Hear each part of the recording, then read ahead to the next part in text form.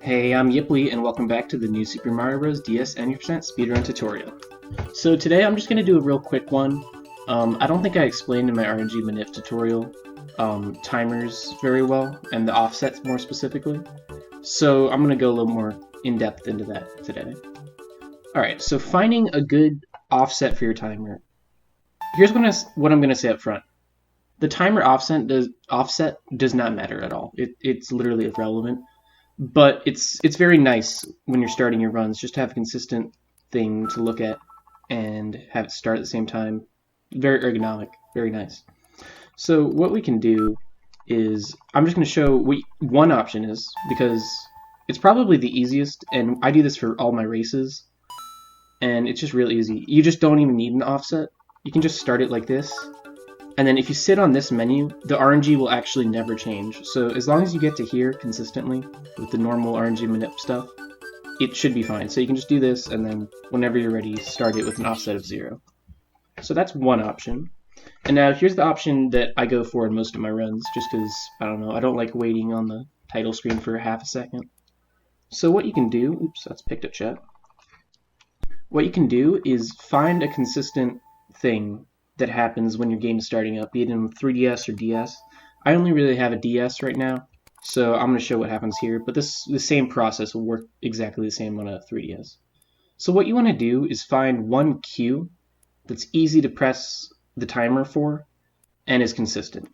So for example, when the DS starts up, when these two little blocks hit together, bang, that's a consistent cue, and that's when I like to do my timer thing.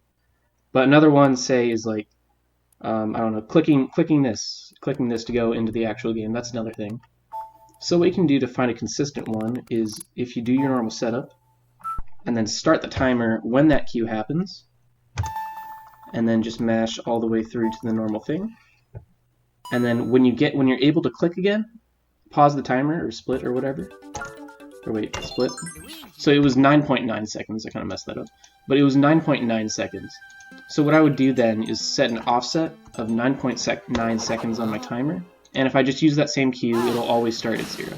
So let's say I put negative 9.9 on my timer. Okay. So now I have an offset of negative 9.9, and if I use that same exact cue again, it should start at 0 when I do it. So I'll just demo that real quick. So when the bars hit together, I'm going to start the timer. And then if I just mash all the way through like normal, it should start exactly at 0. And of course, you can use other cues for this. I just like using those two bars because it's very nice. So that cue doesn't exist on 3DS, so you won't see the same thing. But obviously there, the timer started at 0, so that's very nice. So I'll also demo with like a different cue. What cue should we use? Let's try the clicking the thing in the menu. So I can set this to 0, so I'll know how long it takes. So set 0, and then we can just do this again. And then when we click that other thing, I'll start the timer. There we go. I wouldn't recommend that one just because you're doing two inputs at once while you start it, so it's not the nicest thing in the world.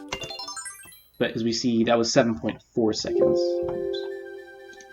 So that was 7.4 seconds, so if I set an offset of 7.4 seconds, or negative 7.4 seconds, negative 7.4, it should start at 0 next time I start the game like that. So let's see that here.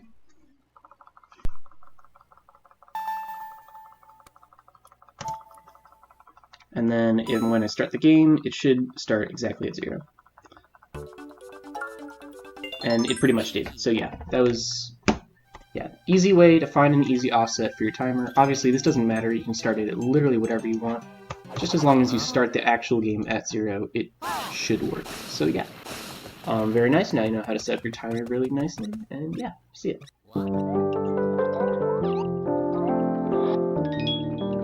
Yes. Yo. Yes, I did it. Yes. Yes. Let's go.